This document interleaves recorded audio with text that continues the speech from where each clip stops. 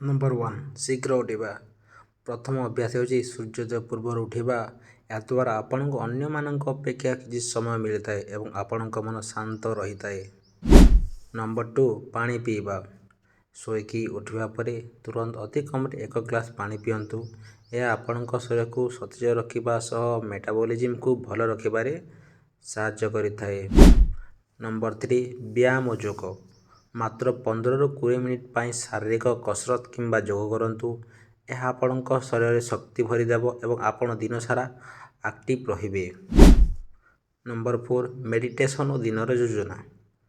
ଅତି କମ୍ରେ 5 ମିନିଟ୍ ପାଇଁ ଶାନ୍ତ ହୋଇ ବସନ୍ତୁ। ଆଜି ଆପଣ କ'ଣ କ'ଣ କାମ କରିବେ ତାହାର ଏକ ତାଲିକା ମନେ ମନେ ବନାନ୍ତୁ। ଏହାଦ୍ୱାରା ଆପଣଙ୍କ ଲକ୍ଷ୍ୟ ପୂରଣ କରିବାରେ ସାହାଯ୍ୟ କରିବେ।